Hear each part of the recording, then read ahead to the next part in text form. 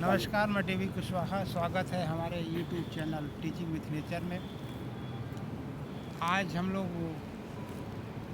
13 दिसंबर को प्रयागराज में घूमने आए थे और हम लोग जहाँ इस समय बैठे हैं, ये सुमित्रा नंदन पार्क के नाम से जाना जाता है और पहले इसको मिंटो पार्क कहते हैं। इसमें काफ़ी कुछ सुधार हुआ है और इसमें टिकट भी लगता है 10 रुपये का। उसको लेकर के आप अंदर आ सकते हैं। पहले निःशुल्क था, लेकिन अब शुल्क लगता है। तो आज 13 दिसंबर 2024 को नरेंद्र मोदी भी आ रहे हैं और यहाँ पर बहुत बड़ा जनसैलाब चारों तरफ है। क्योंकि ये बगीचा है, थोड़ा सा दूर है, इसलिए शांत है। और हमारे साथ सामाजिक चिंतक और राजनीतिक परिवर्तन पर नज़र रखने वाले कौशलेश साथ जी हैं और उनके बारे में थोड़ा चर्चित जो मुद्दा है वर्तमान में, उसके बारे में बात करेंगे कि जो उपासना स्थल 1991 है वो क्या है और कैसे बात अभी हाल ही में बहुत सारे जो केस दायर हुए कि यहाँ मस्जिद है, ताजमहल में है, जामा मस्जिद में है, संभलपुर में अभी एकाएक तुरंत केस दायर हुआ, तुरंत उसमें सर्वे होने लगा। तो इस तरह से एक तरह से अशांति जैसा माहौल हो गया, पैदा हो गया। तो वो समझते हैं कि यह क्या है, कैसे पहले तो बिल्कुल शांत था और एकाएक कैसे हो गया। तो मैं चाहूँगा कि बहुत सहज, सरल और संक्षिप्त भाषा में एक एक प्रश्नों का मैं 2-3 प्रश्न करूँगा जो आम जनता जानना चाहती है और समझ नहीं पाती। बहुत सारी चीज़ गुरु ढंग से समझाया जाता है, तो बहुत सरल भाषा में हम कहूँगा उनसे समझाएं, बताएं। तो पहला प्रश्न है, हाँ, स्वागत है हमारे यूट्यूब चैनल पर। और हमारा पहला प्रश्न ये है कि जो उपासना स्थल 1991 है, उसके बारे में छोटी छोटी कुछ चीज़ें आप बताइए, मोटा मोटा, मतलब इतनी साधारण ढंग से बताइए कि आम जनता समझ जाए। उपासना स्थल 1991 सुप्रीम कोर्ट के गगोई जी थे, एक चीफ जस्टिस। उन्होंने एक आदेश पारित किया था कि 1947 से पहले जो भी मंदिर, मस्जिद या उपासना के स्थल थे, उन पर किसी तरह का विवाद नहीं होना चाहिए और वो ज्यों के त्यों रहेंगे। उन पे ना कोई केस दायर किया जा सकता है, ना तो उसमें कोई फेरबदल किया जाएगा। जैसा का तैसा ही वो रहेगा, ये उन्होंने किया था।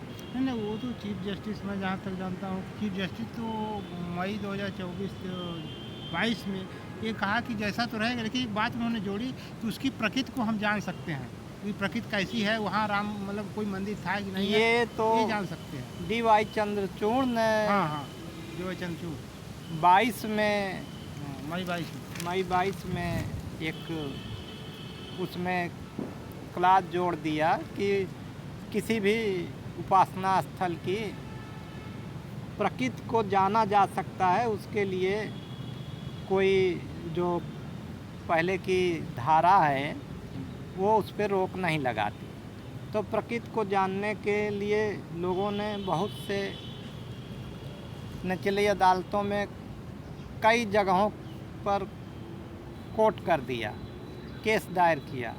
अब उस केस दायर के होने के वजह से लोगों के सांप्रदायिक जो संप्रदाय थे, जिस संप्रदाय से थे, वो लोग वहाँ जा कर के कुछ तोड़ फोड़ करना चाहा या कुछ करना चाहा, तो वहाँ एक दूसरे संप्रदाय से घोर विरोध हुआ और उसी में जा कर के यहाँ तक कि तमाम जानें भी गईं।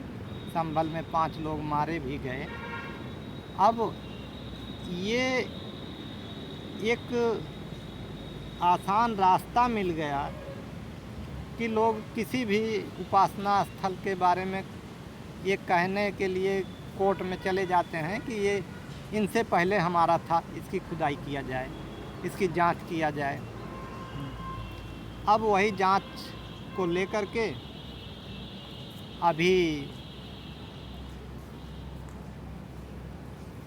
Chief justice of India Sanjiv Khanna ji ने एक आदेश पारित कर दिया है कि पहले जो जैसा था वो वैसा ही रहेगा। अब निचली अदालतों में कोई किसी भी उपासना स्थल पर को केस फाइल नहीं किया जा सकता।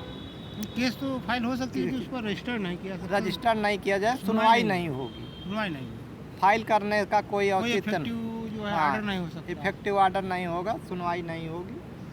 तो अब जा कर के कुछ शांति का माहौल आगे बना रहेगा। शांति का माहौल के लिए ही जस्टिस खन्ना ने ऐसा आदेश पारित किया।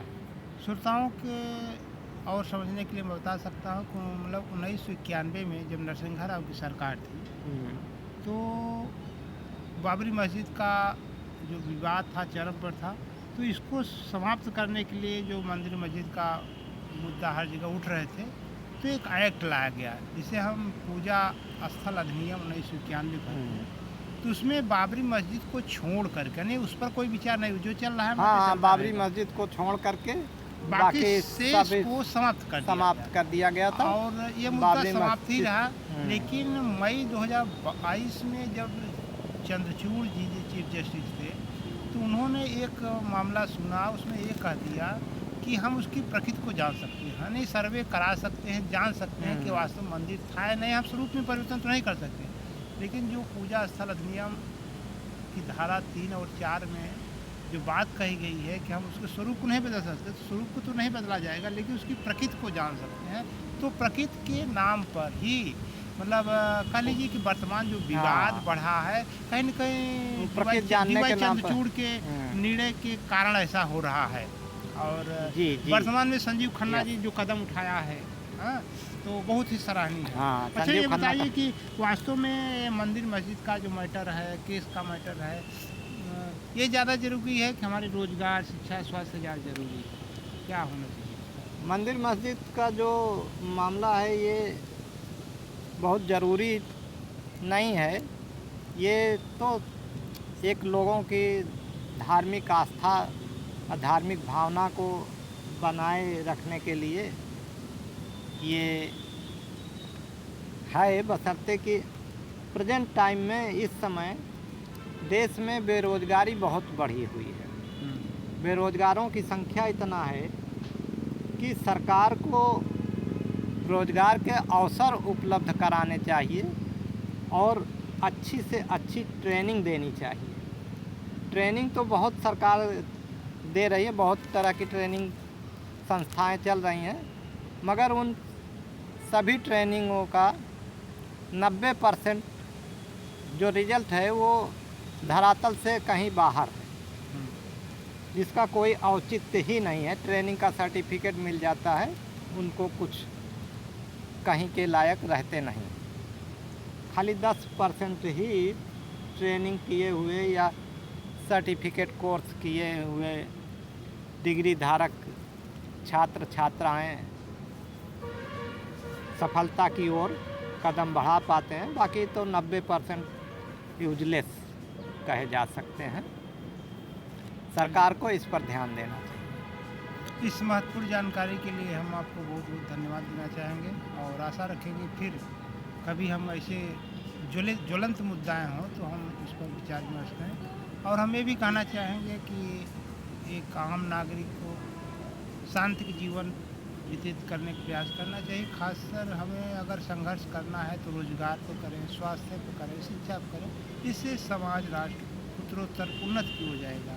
तो यहीं से हम अपना वीडियो समाप्त करते हैं। फिर किसी वीडियो मिलेंगे, तब तक के लिए बहुत बहुत धन्यवाद। Thank you very much.